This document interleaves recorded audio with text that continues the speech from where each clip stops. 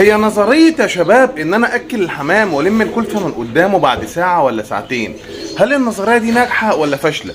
هنروح دلوقتي نصبح على الحاج احمد ونشوف الدنيا فيها ايه، ونشوفه بيعمل ايه في الكلفة بالظبط. وهل لو انت عندك زغاليل محتاج ان انا اطلع مرة واثنين وثلاثة علشان اكل الحمام تاني عشان ياكل الزغاليل، ولا مرة واحدة كافية؟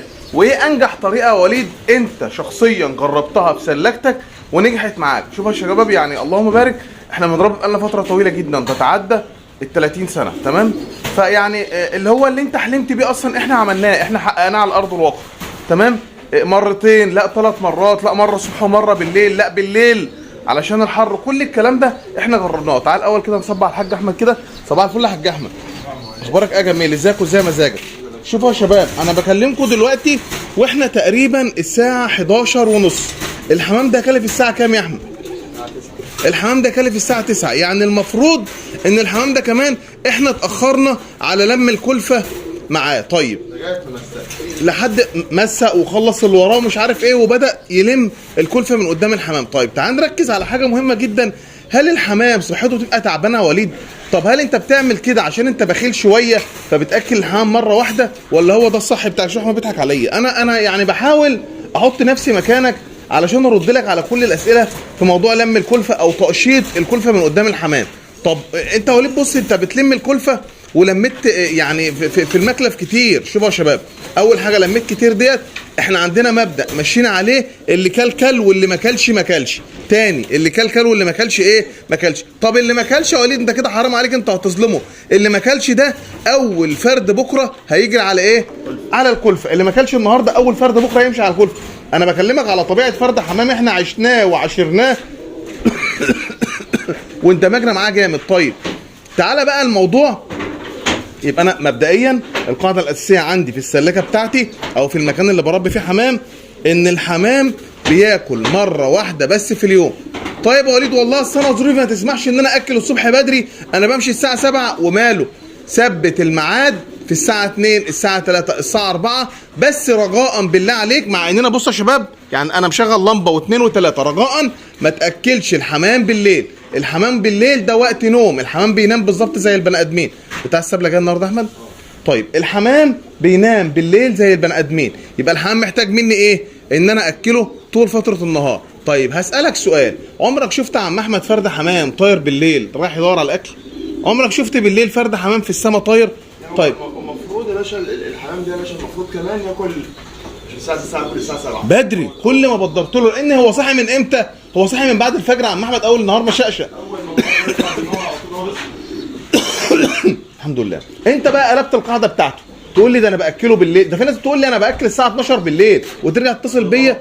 مشاكل وقنقر وسيرامونيلا ما بتخلص، لان انت بتاكل وتطفي النور الاكل يفضل مخمر في معده الطير. يبقى مبدئيا فرد الحمام ياكل مره واحده، ياكل دايما بالنهار، يتلم الكلفه من قدامه. الحمام صحته مش بالكلفه الكتيره، بالعكس فرد الحمام هو بياكل كميه محدوده جدا، اللي هي زي ما قلنا دايما قبضه ايد مقفوله يا شباب، من يعني نقول مثلا متوسط من 50 ل 70 جرام في اليوم كلفه.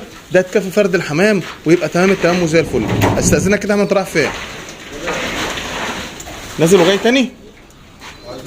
عايزك بس كده توريني زغلول من اللي بياكل مره واحده او زغلولين، بحيث ان احنا برضو نوري الناس عشان الناس تكون مقتنعه بالكلام اكتر، تمام؟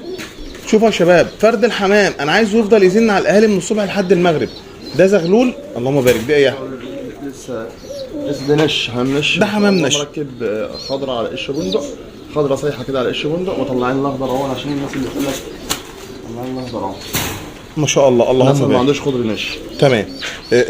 سيبكم بقى من حتى الاخضر النش. بص هو الزغلول بص واكل شارب وتمام التمام، وما كانش عندهم ميه، فهو دلوقتي مسق، فهيرجعوا تاني ياكلوا الزغلول. ورينا برضو زغلول تاني. بلاش كده عشان ده ابو مات. ابو مات؟ انت عايز مش عايز تموته كمان يعني؟ ورينا يا عم، سيبك من اللبلق الاحمر ده اللي ابوه مات. عملنا احنا حلقه طبعا اللبلق الاحمر ده اللي ابوه مات. هنوريكم برضو زغلول تاني، زغلول سكروطه نش، برضو من ضمن الحمام اللي بياكل مره واحده في اليوم، تمام؟ اللهم بارك. بصوا يا شباب، ده زغلول بياكل مره واحده في اليوم ساعه واحده والكلفه بتتلم من قدامه.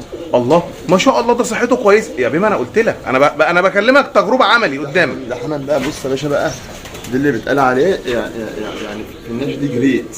اللهم صل على النبي. بصوا يا شباب زغلول، بص ريشه عامل ازاي، بص التكتيكه. احنا دايما نكلمك يقول لك فرد الحمام لازم يبقى ريشه لا لسه ما فيش اصلا، هو لسه اللهم صل على النبي. بصوا يا شباب ريشه مدكك في بعضه ازاي. ده زغلول سكروته، ده بياكل مره واحده من البيوت اللي احنا بنشها. ده مره واحده برضه احنا بناكلها بتتلم من قدامه. ده زمان كنت مطير 7 من اخواتي، فضل عليا السنه اللي فاتت ما طلع لي، ربنا ما يكرمنيش منهم ولا زغلول. فضل 7 منهم. السنه دي في حاجه طلعت يا احمد في الطرايح القديمه ولا هي دي بس اول حاجه منهم؟ اول واحد يطلع اول، وفوق بقى قش بنادق وكده يعني قش بنادق. ربنا يبارك ربنا يبارك. يعني انجح طريقه يا عم احمد في الاكل هي مره واحده في اليوم والكلفه تتلم. بص انا عن نفسي انا بلم بعد ساعه. بلم بعد ساعه. يوم ما بتاخر خالص مثلا واكون مثلا مسافر ولا حاجه باكل، ومثلا اطلع مثلا. خلي بالكم يا شباب، اقول له لم بعد ساعه برضه. انا مش عايز اضغطك. يعني انت مثلا ممكن تقول انا رايح مشوار وليد قيمه ساعه ولا ساعتين ورايق، اقول لك يا عم انزل ماشي انزل لم. يعني انا مش ظابط لك الساعه. لا بس انا بكلمك على طريقه ناجحه. الحمام مش فراخ، الحمام الاكل ما بتسابش قدامهم 24 ساعه. لو سبت الكلفه قدامه بيزهد الاكل. هو اصلا بعد كده مش هيبقى عنده اشتياق للاكل. بالظبط كده بالظبط. انت حاطط لي عمو قدام الاكل 24 ساعه، انا هروح انا حبيتين وامشي، انا حبيتين وامشي. غير بقى لما انت تكون ليه ميعاد مثبت، انت بتديله الاكل فيه يا باشا. أيوة. هو بيستناك. تثبيت انا بفتح الباب مثلا فهو عارفين الميعاد. انا ما ينفع. انا عن نفسي انا ممكن مثلا اطلع بدري عنك شويه، بس انا ما بتاخرش على كلفه الحمام. ده تايمر، ميعاد ثابت. هما بيستنوني. فرد الحمام بيستناك. لكن الحمام اللي يكون قدامه الاكل اللي اتبذخ ده يا باشا اصلا هو اصلا مش في دماغه. لا مش هياكل ولا اقول لك على حاجه، ولا هياكل زغلول ولا زغلول ولا صحيا هيبقى كويس، ولا زغلول هيزن، ولا جسمانيا ولا صحيا هيبقى كويس. فحبايبي يا رجاله انا بحكي لك عن تجربتي الشخصيه مع موضوع اكل الحمام. والله عايز تاكل بالطريقه دي ماشي، مش عايز تاكل انت حر. حبيبي يا حاج احمد حاضر، نازل وراك اقعد عشان نشوف المساله اللي بتخر تحت هي كمان. حبايبي يا رجاله صباح الفل. ازاي تاكل الحمام؟ يا ريت كلنا والله العظيم نستفيد من بعض، كلنا اخوات وكلنا حبايب. والسلام عليكم ورحمه الله وبركاته.